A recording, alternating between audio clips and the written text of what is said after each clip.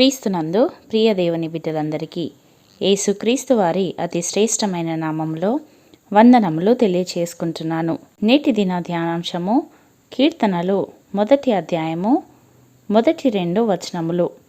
దుష్టుల ఆలోచన చొప్పున నడవక, పాపుల మార్గమున నిలువక, అపహాసకులు కూర్చుండు చోటను కూర్చుండక, యెహోవా ధర్మశాస్త్రమునందు ఆనందించుచు దివారాత్రము దానిని ధ్యానించువాడు ధన్యుడు.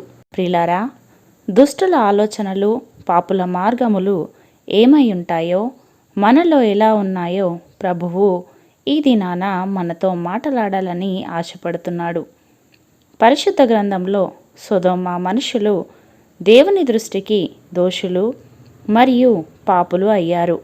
కారణము ఏమిటంటే వారు కామాతృప్తులై జీవించారు, సుఖభోగముల యందు ఆనందించారు, గర్వించారు, దేవుని భయము లేకుండా ప్రవర్తించారు. కాబట్టి వారు దేవుని దృష్టికి దోషులయ్యారు.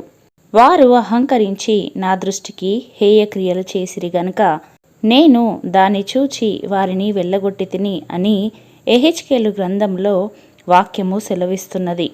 సొదొమ చేసిన దోషమేదనగా దానికిని దాని కుమార్తెలకును కలిగిన గర్వమును, ఆహార సమృద్ధియు, నిర్విచారమైన సుఖస్థితియు అనున్నదియే. అది దీనులకును దరిద్రులకును సహాయము చేయకుండెను. ఇదియే సొదొమ పతన స్థితికి కారణమయ్యెను. సమూయేలు మొదటి గ్రంథము 25వ అధ్యాయము 25వ వచనములో నాబాలును గురించి దుష్టునిగా వ్రాయబడినది. నాబాలు అను పేరు అతని గుణములను సూచించుచున్నది. మోటుతనము అతని గుణము. నాబాలు దావీదు చేసిన మేలును మరచి మేలుకు ప్రతిగా అతనిని దూషించినాడు, దుష్టునిగా జీవించినాడు. దుష్టత్వంతో జీవించిన వ్యక్తులలో మరొకరు హామాను. హామాను తన ఉన్నత స్థితిని బట్టి గర్వించాడు. తన ముందర అందరూ మోకాళ్ళుని నమస్కరించాలని కోరుకున్నాడు. అయితే దేవునికి తప్ప మరి ఎవరి ముందు సాగిలపడను అని మొర్దెకై హామానునకు నమస్కరించలేదని మొర్దెకైని మరియు అతని జనాంగము అయిన యూదులనందరినీ చంపించాలని పన్నాగాలు పన్నాడు. కానీ అతని దుష్టత్వం వలన అతడే నశించిపోయినాడు.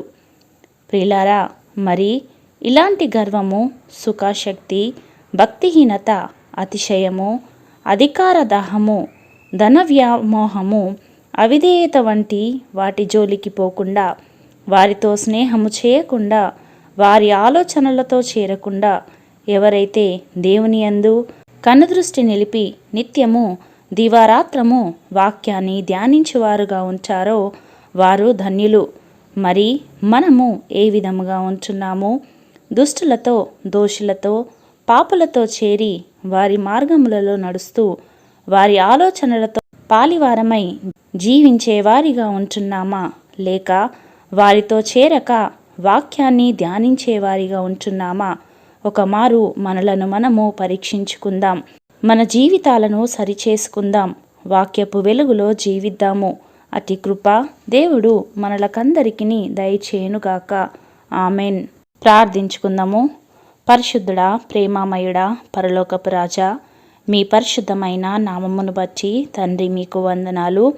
ఈ దినమును మా జీవితంలో చూచుటకు కృప చూపి సజీవుల లెక్కలో నిలిపిన దేవా మీకు స్తోత్రములు. మీ నామమును ఎరిగిన బిడ్డలుగా ఈ లోకములో మా క్రియల ద్వారా మిమ్ములను గణపరిచే బిడ్డలుగా జీవించుటకు మీ కృపను మాకు అనుగ్రహించండి తండ్రి. సర్వశక్తిమంతుడా, పాపము నుండి విడుదల నొందిన వారమై పరిశుద్ధమైన పవిత్రమైన జీవితమును జీవించుటకు మీ సహాయమును దయచేయండి. దుష్టుల త్రోవలో మేము నడవక నీతిని అనుసరిస్తూ ఎల్లవేళలా నిన్ను ధ్యానిస్తూ అనేకులకు మాదిరికరంగా జీవించుటకు మీ జ్ఞానము చేత, వాక్యము చేత మమ్మలను బలపరచమని యేసయ్య పరిశుద్ధ నామములో ప్రార్థించి వేడుకొనుచున్నాము పరమ తండ్రి. ఆమెన్.